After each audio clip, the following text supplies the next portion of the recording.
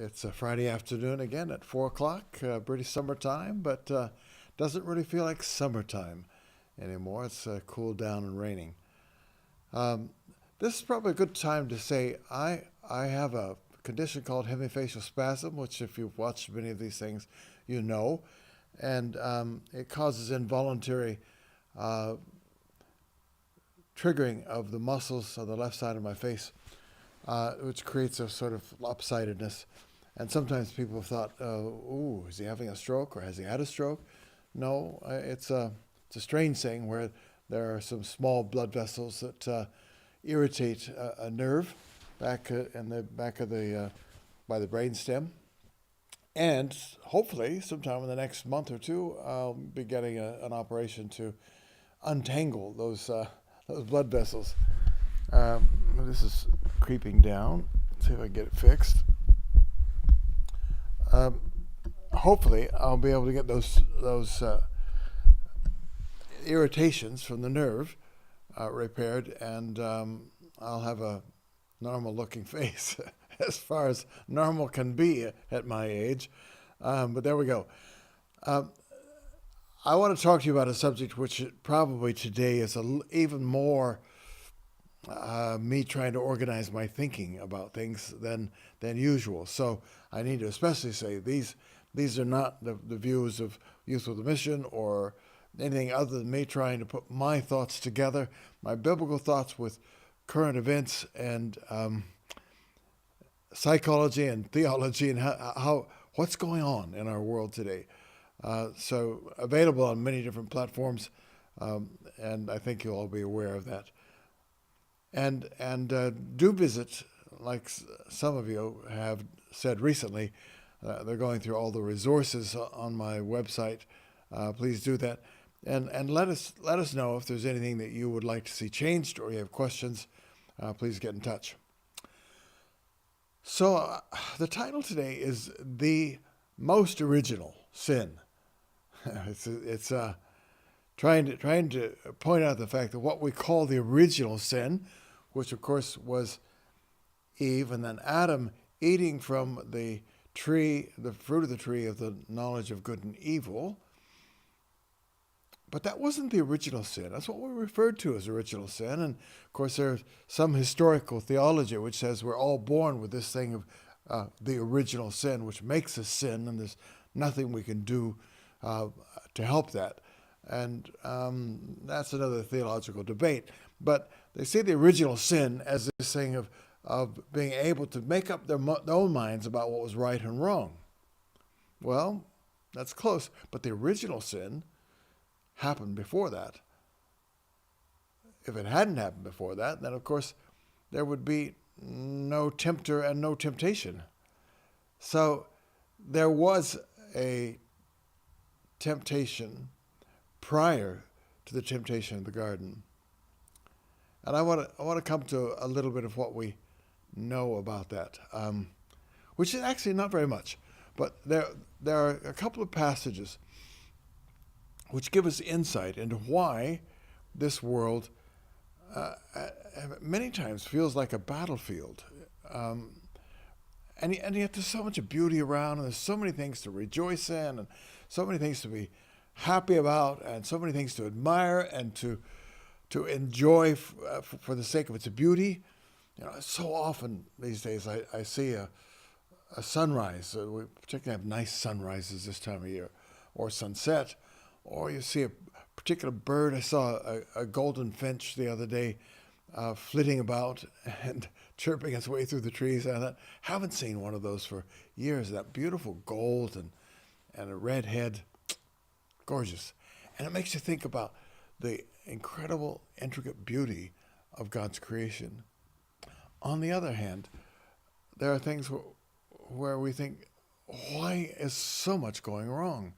Why is there so much ugliness? And the primary thing that has stimulated that thinking for me in the last couple of days is an assassination or murder that occurred in my home nation. I'm now a citizen of the United Kingdom, but I was born in Colorado and in the next door state, not too far away from where I grew up, because I was born very close to the border of Colorado and Utah, at Utah Valley University. Charlie Kirk, the noted conservative debater, was shot and killed. For me and for some of my family members, I think my son, my whole family, we found that a bit hard to get over. And I've talked to others.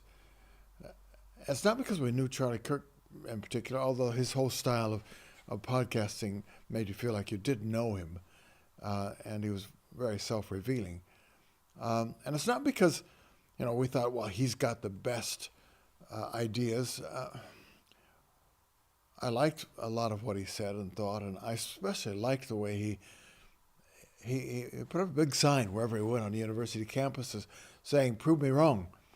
And he was inviting people of all different persuasions and ideas to come and debate with him and discuss things openly, because he was really trying to rekindle the importance of debate in the public square. But he was doing so in a time of great polarization and antagonisms.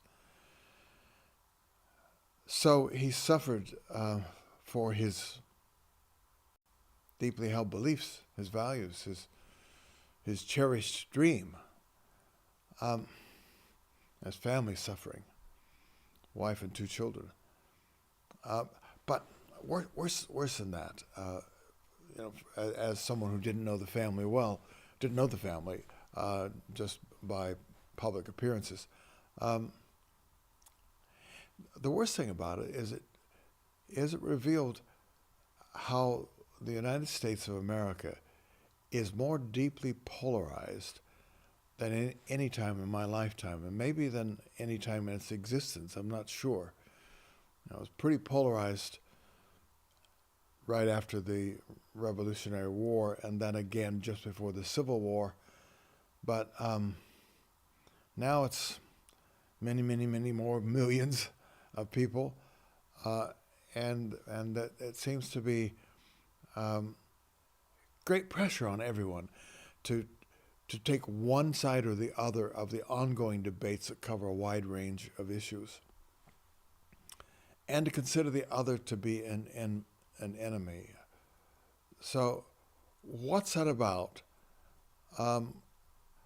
I think that tendency to polarize and to hate people who disagree with you is something that goes right back to what was the original sin, the one that happened before Adam and Eve, before the garden. And as I said, we don't know a lot about that, but there are a couple of passages of Scripture that I want to read that give us a bit of insight into what happened to lead to there being a tempter who seduced Eve and then Adam into the activities and the lies that invited enmity onto this earth. The biblical story of why there's evil. So, 2 passages well separated in time and in the Bible. One is Ezekiel 28, and I've been drawn to this passage since about 1982 or 83, when, as we were interceding for the city of London, this passage came back again and again. It's both 27 and 28. But the context of this is that Tyre was probably the wealthiest city at the time, certainly in the Mediterranean world, and there was a king of Tyre who's referred to as the Prince of Tyre in this passage, and then there was the principality, that is the spiritual being who seemed to be the power behind the throne, and this is a description of his origins. Yes, the origins are implied, and why he turned out the way he has turned out. So Beelzebul, he's sometimes called. Satan, he's sometimes called. Lucifer, he's sometimes called. We don't know, but often I think the name Lucifer is used to refer to as pre-sin being. Ezekiel 28, starting the second part of verse 12, a few verses. You were the model of perfection. This is referring to the king of Tyre. Now, I'm quite convinced here that this is the spiritual power, the principality or power, as Paul writes about them in Ephesians. Behind the throne, the spiritual power activating and energizing the wealthy city and the political powers of Tyre. You were the model of perfection, full of wisdom and exquisite in beauty. You were in Eden, the garden of God. Your clothing was, and it goes on and describes everything, was basically precious stones, a dozen or more precious stones, all set in the finest of gold. I ordained and anointed you. So God is saying, I ordained you. You had access to the holy mountain of God. You were blameless in all you did from the day you were created until evil was found in you. Your heart was filled with pride because of all your beauty. Your wisdom was corrupted by your love of splendor. My goodness, that says so much, doesn't it? First of all, it says Lucifer was created and that he was blameless, and so he had freedom of choice. And that implies that the angels have always had freedom of choice. But the majority have continued without deviating from their call to serve under their Creator. However, this one, probably the prince of all the angels, became so enamored with his own image, his own beauty, and his own splendor, and his own intelligence, and his own wealth, that evil was found in him. And then it says later on that he was thrown out and into Eden, the garden of God. Well, that's interesting, isn't it? That implies that God wanted Adam and Eve to be exposed to some measure of temptation. Otherwise, their obedience and love for God would not be genuine. If you have no choice, they need to have an alternative. So these are complicated things, at least for me, to think about. I start thinking, yeah, but what about this and what about that? But let's go on to the other passage that tells us a bit more about it. These two together probably tell us the most, though there are other references.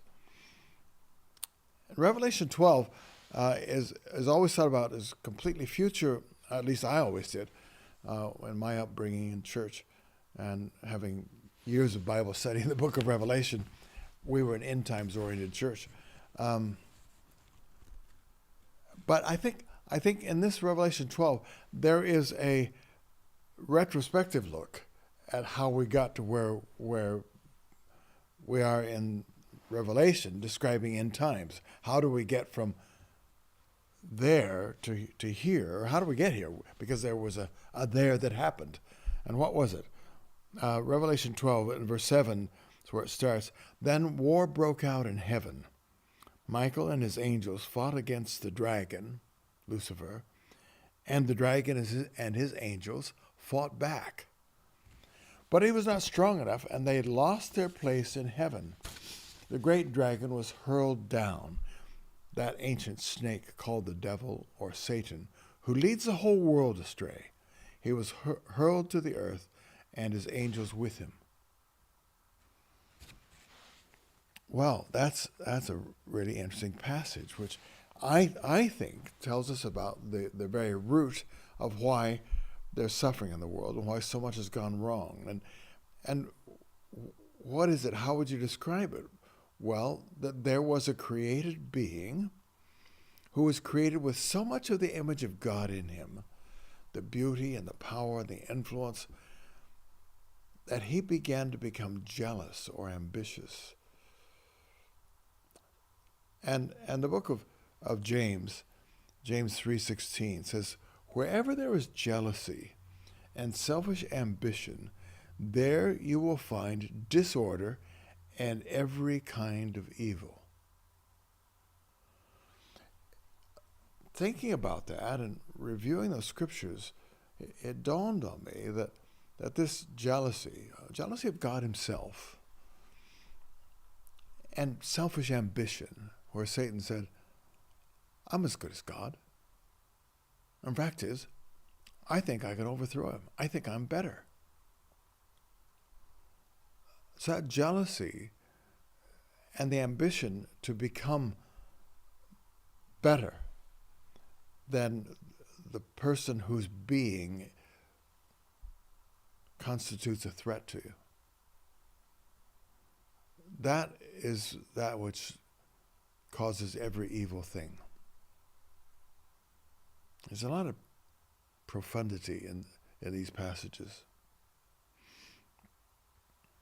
And to go back to the assassination of Charlie Kirk, and I still find that a great sadness. I think I would find it a great sadness if, even to the same extent, if it was somebody with whom I disagreed a lot more than Charlie Kirk, if it was someone who had beliefs that were really contrary to mine, if they were killed for their beliefs in such a public way, I think I'd feel the same sense of sadness. And we here, as my wife and I, Marty and I, and our community here, have been praying, oh Lord, please help those who are of a strong conservative nature and really sided with Charlie Kirk and followed him assiduously. We're praying, Lord, may they not react in the same spirit. May they be impacted by biblical Christians who are seeking to live a Christ-like life. And the central thing about the Christ-like life is expressed best, I think, in Philippians 2, where the scriptures say that,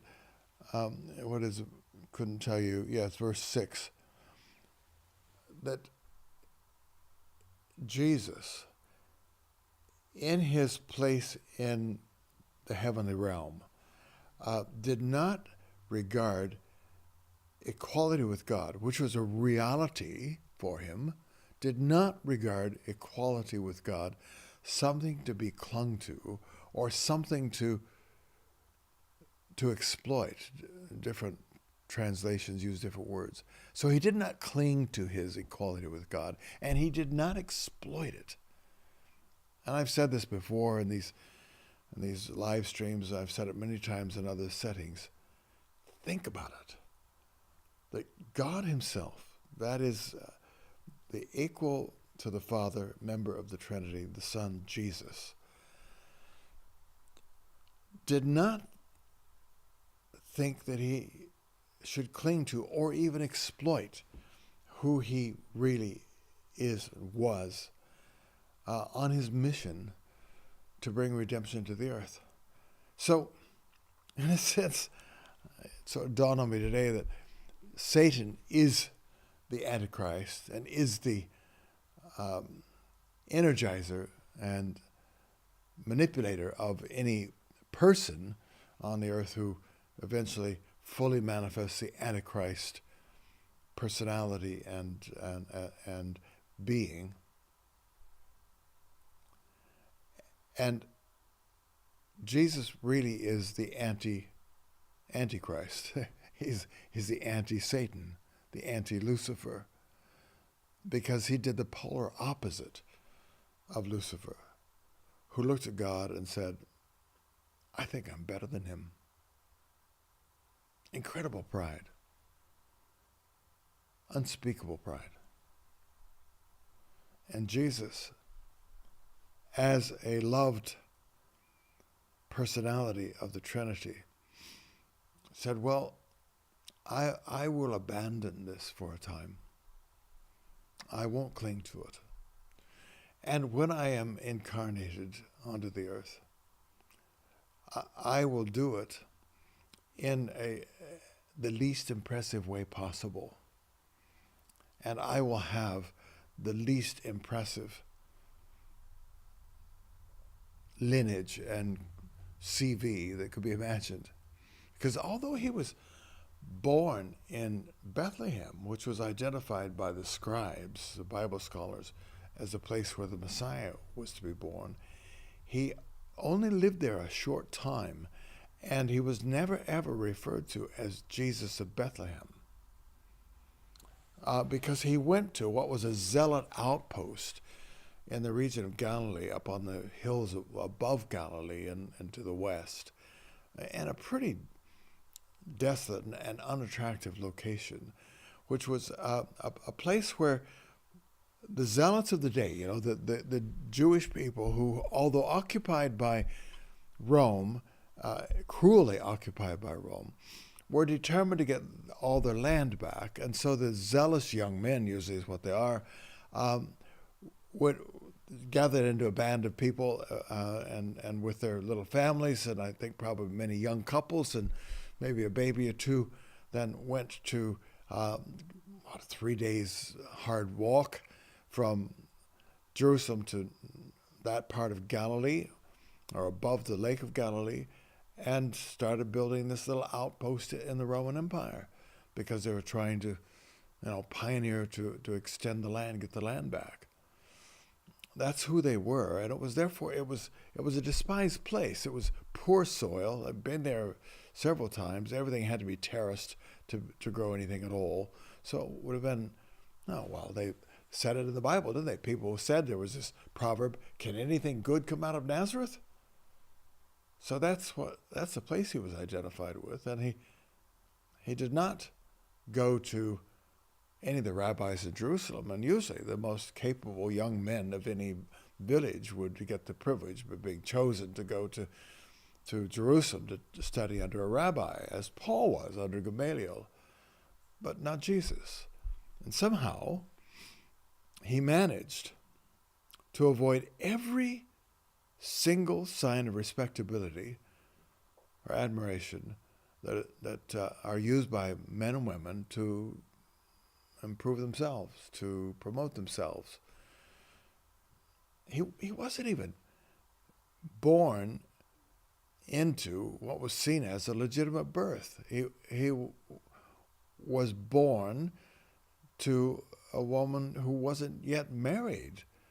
At least he was conceived so he went through life with that, and many insults suffered. Extraordinary. So he really is the anti-Satan. And he's the one we're called to follow. So I've been thinking about it in the context of the division in the world today, and that polarization in the U.S., and the fact that I've seen in the body of Christ, in the church, in missions, I've seen so much division in recent days, and people setting themselves against other people, and people feeling rejected by this group or that, and deep division setting in. That's not a new thing. Paul, when he wrote to the Corinthians, the first thing he rebuked them about was how they were divided into groups. Some saying, well, I'm following Paul, he's my man, and others say, no, Peter, and others would take a step above all that and say, well, we follow Jesus. And division. Division is one of the primary fruits of the satanic activity on the earth. And of course, as you know, and as in the case of Charlie Kirk, but much more so in the case of the wars that continue across the earth, and some of the massive wars of the 20th century, killing over 100 million people. It was just division. It was division over what? Well, it was a bit like Lucifer. It was people, one nation comparing themselves to another nation and saying, I'm better, and go to war.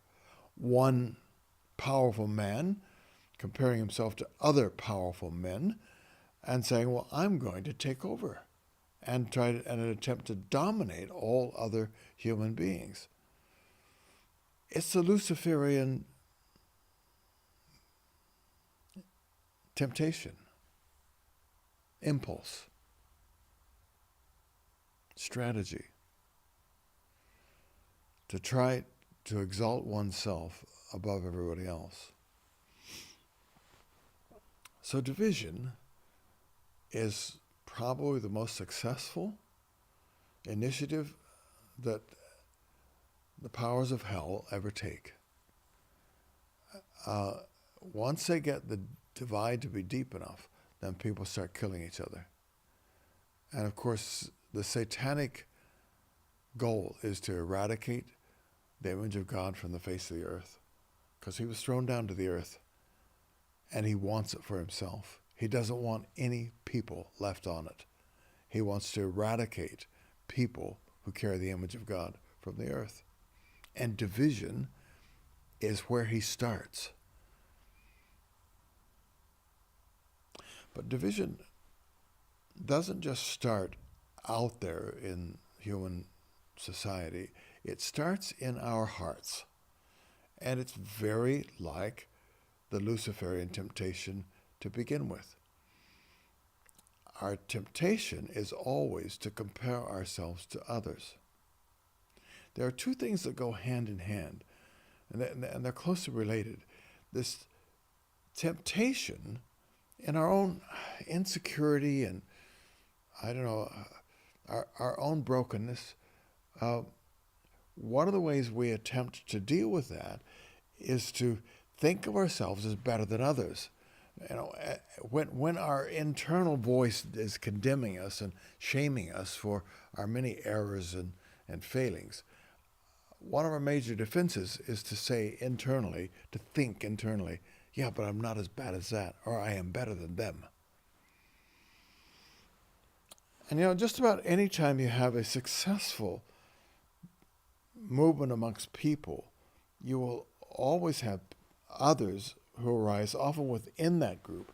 It's a denomination or a club of some kind or whatever. It's people who will arise to think, actually, I can do this better. And you start wanting to initiate a competitor. And then that can escalate. So, I've been in missions now for 56 years and more. And I would say that maybe the most painful thing I've had to deal with, certainly one of them, is the tendency for division to arise again and again. And I recognize it in my own heart. I listened to a psychologist very briefly the other day saying there is something that is intrinsic to sort of self-protection, self-survival that from our youngest years is a natural reaction within us. That is, if anybody disagrees with us or challenges us in any way, our immediate inner reaction is to consider them to be an enemy and to distance ourselves from them. I think a lot of division is based on that.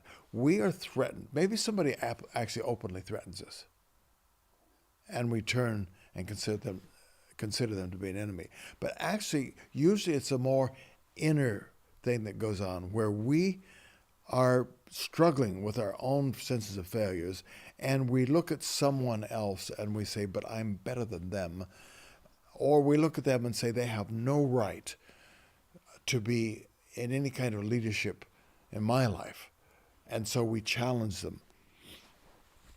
And I've noted over the years that the language and attitude of division is comparison.